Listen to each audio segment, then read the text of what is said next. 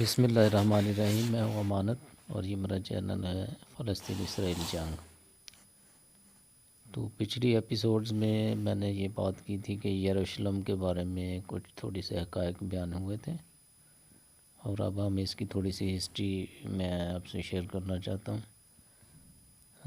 332 قبل مسیح میں رومنز نے یروشلم کو کنٹرول سنبھالا، اور اس کے بعد رومنز کے دور میں یہودیوں کو یہاں سے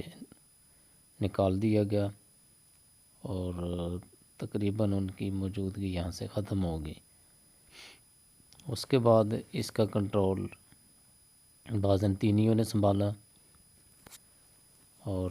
بازنطینی جو ہیں انہوں نے بھی یروشلم پہ کافی عرصہ اپنا کنٹرول کیا، اور بازنطینیوں سے پھر 638 میں حضرت عمر رضی اللہ تعالیٰ عنہ، جو کہ دوسرے خلیفہ راشد تھے، یعنی کہ خلفائے راشدین میں سے ان کا دوسرا نمبر تھا، ان کے دور میں ابو عبیدہ بن ابن الجراح اور خالد بن ولید کی قیادت میں مسلمانوں نے یروشلم کا رخ کیا اور اس کا محاصرہ کیا، اور اس وقت سوفرونیس جو کہ عیسائی تھے، ان کے پاس اس شہر کی چابیاں تھیں۔ انہوں نے مسلمانوں کے آگے سرنڈر کرنے سے ابو عبیدہ بن جراح اور ان کا جو قافلہ تھا،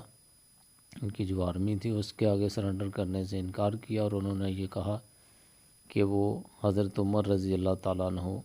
جو خلیفہ ہیں ان کے ہاتھ پہ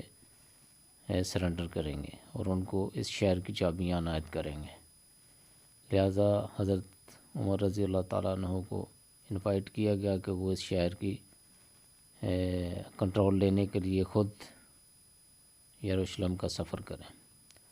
لہٰذا حضرت عمر رضی اللہ تعالیٰ عنہ جب اس شہر میں آئے تو انہوں نے جو سفرونیس تھا اس نے ان سے ایک معاہدہ کیا، اور اس میں یہودیوں کے لیے کچھ رعایتیں، عیسائیوں کے لیے کچھ رعایتیں حاصل کی، اور اس کے بعد جو ہے یہ شہر مسلمانوں کے حوالے کیا گیا، اور انہوں نے اپنے چرچ کے اندر حضرت عمر رضی اللہ تعالیٰ عنہ کو انوائٹ کیا کہ وہ یہاں آ کے نماز پڑھیں، لیکن انہوں نے ایسا کرنے سے انکار کیا، اور یہ کہا کہ اگر میں ایسا کرتا ہوں تو یہ ایک روایت پڑ جائے گی، لہذا دوسرے اسلام کے اندر جو دوسرے مذاہب ہیں ان کا احترام کیا جانا لازمی ہے، اور یہ اسلام کی تعلیمات ہیں، یہ اسلام کا حسن ہے۔ لہذا انہوں نے چرچ کے اندر نماز پڑھنے کی بجائے چرچ کے باہر نماز ادا کی، اور غالباً اسی جگہ پہ ان کے نام سے مسجد عمر بھی قائم کی گئی، بعد میں بنائی گئی۔ تو اس طرح سے مسلمانوں کے جو پہلے جو اس شہر کے فاتح تھے وہ حضرت عمر رضی اللہ تعالیٰ عنہ تھے، اور اس کے بعد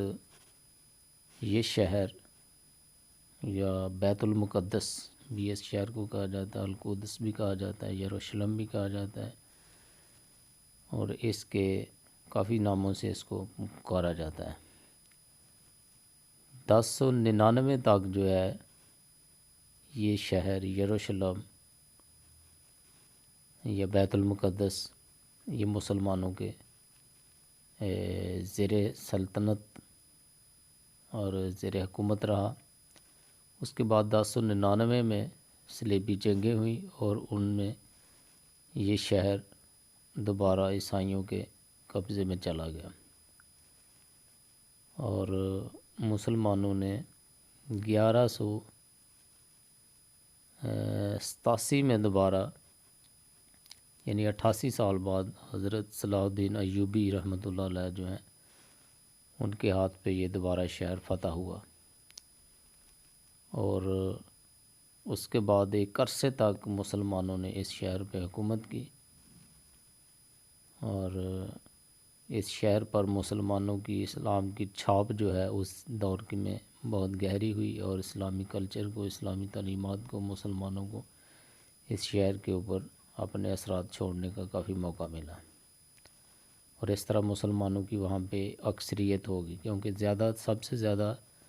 لمبی حکومت وہاں پہ مسلمانوں کی رہی، جس کی وجہ سے یہ مسلمانوں کا کلیم بھی ہے کہ یہ ہمارا آبائی علاقہ ہے، اور یہ قانونی بھی ہے، تاریخی لحاظ سے مسلمانوں کا ہے۔ اور یہ سلسلہ تقریباً 1917-18 تک رہا۔ اس کے بعد یہ دوبارہ برطانوی سامراج کے انڈر چلا گیا یہ شہر، اور پھر 1948 میں اسرائیل کا قیام وجود میں آیا۔ آج کے لیے اتنا ہی کافی ہے۔ اللہ